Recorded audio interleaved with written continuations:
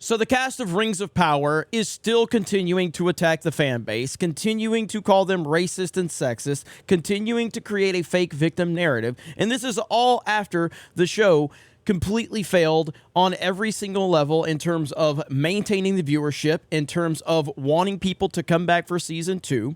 There's all types of reports that there could be a soft or a hard reboot of this entire series. You've heard reports where they said, we're going to focus in on more lore next season, guys. Now suddenly lore isn't racist or sexist anymore, yet you still have these people that were hired for this project simply for identity politics purposes, trashing the fans. Let's read just a little bit, and then I'm going to show you some clips to remind all of these actors exactly why the discussions took place in the first place. Here we go. Lord of the Rings, Rings of Power actors continue attacking Tolkien fans as racist. This is over on Bounding into Comics.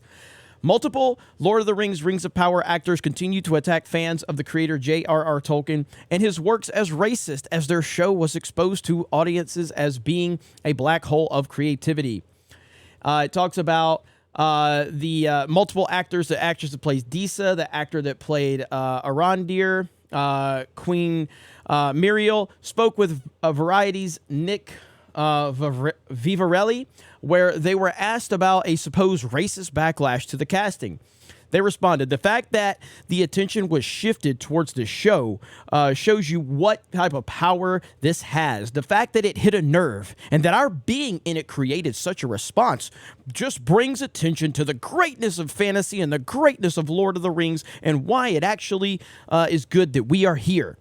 Did it become a bit too much? Absolutely. It's taken airtime from the depth of who we are as artists, but it shows you where we are in the world and how much work we still have to do. I'm just grateful that it's us who are able to recalibrate, break form, and reshape and make history. So reshape and make history. So you said it has taken airtime from the depth of who you are as artists.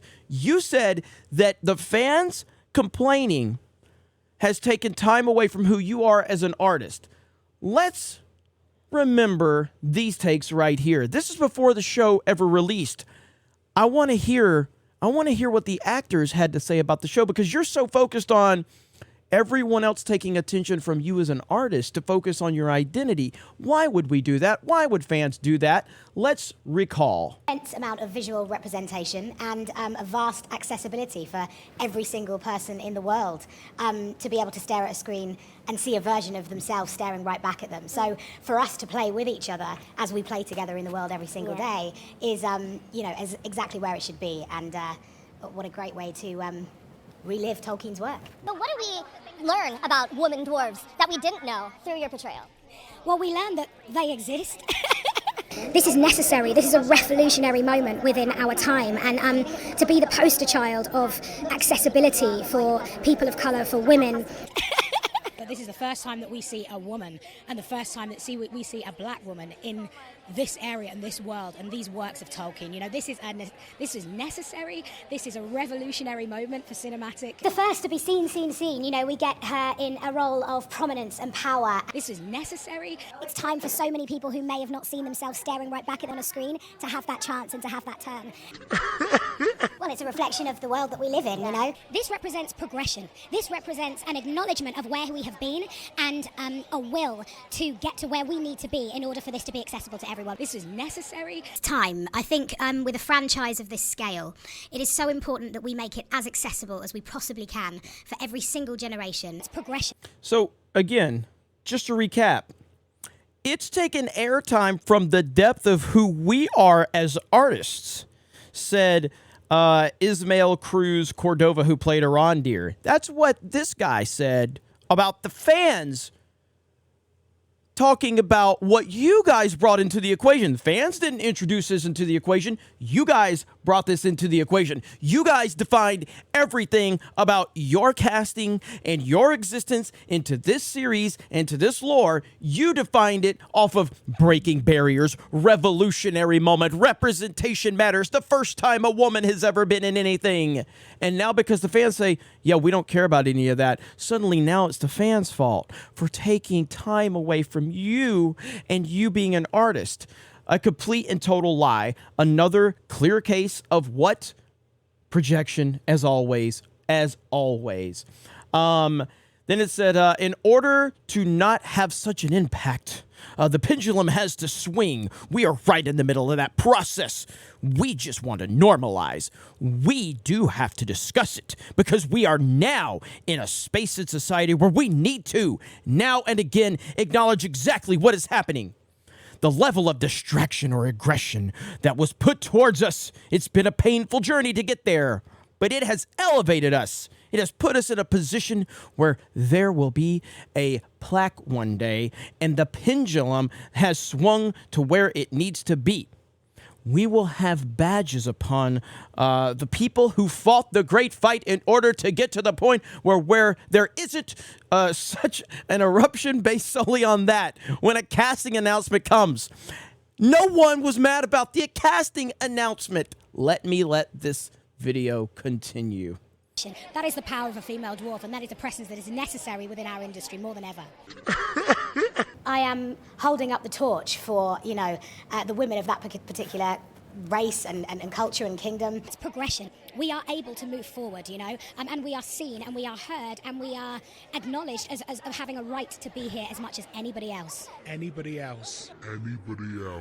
And I know that people of colour will relate to that in that when we sing, when we use our voices, it comes from way beyond. It comes from our ancestors, it comes from the struggle, it comes from the desperation and the fight for survival. Of having a right to be here. What I love about the costume and the look, it's unapologetic.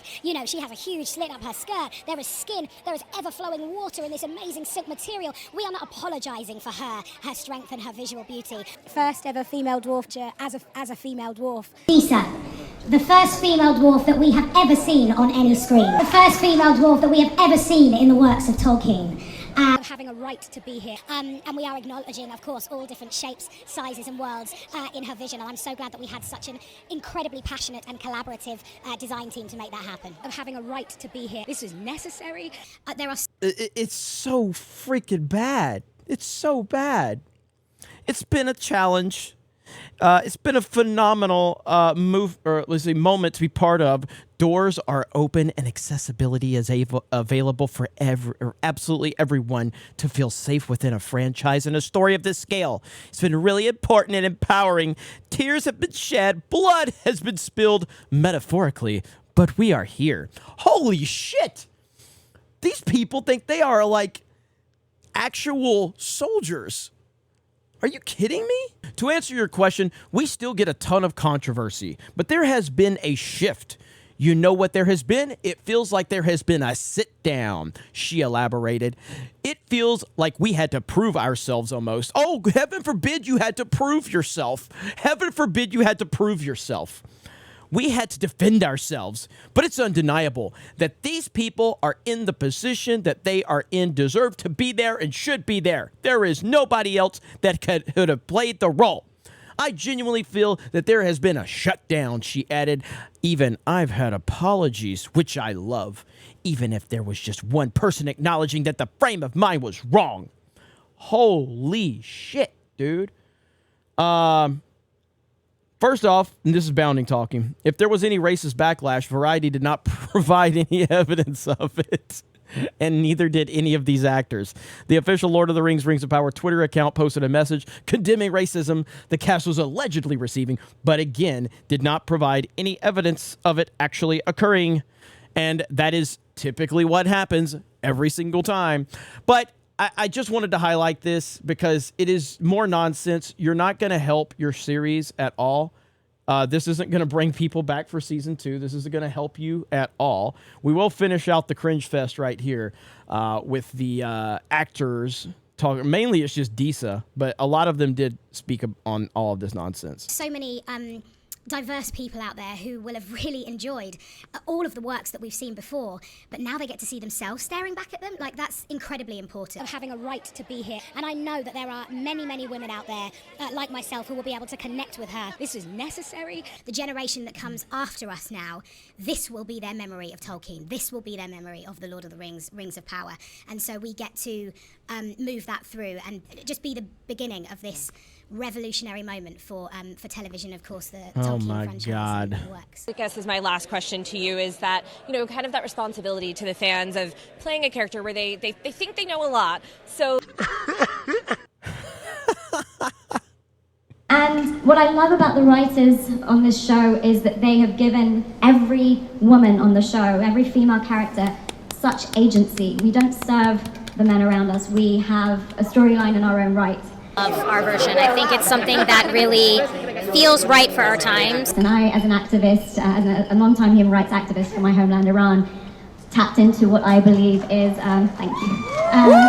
I tapped into what I believe women are doing. I just think of my young self and how she would feel to see me on screen, and I have a young daughter and how she will feel to see me on screen. So I think that it's incredibly important in more ways than one. So we had the privilege of working with Tolkien scholars like Tom Shippey and amazing linguists and This to me just feels like something that has just the furthest possible reach, and we're choosing to tell it in these times, so we should represent it for these times. Amazon bought the rights to basically 10,000 years of Middle Earth history and then said, all right guys, let's take all comers and see what you have to say.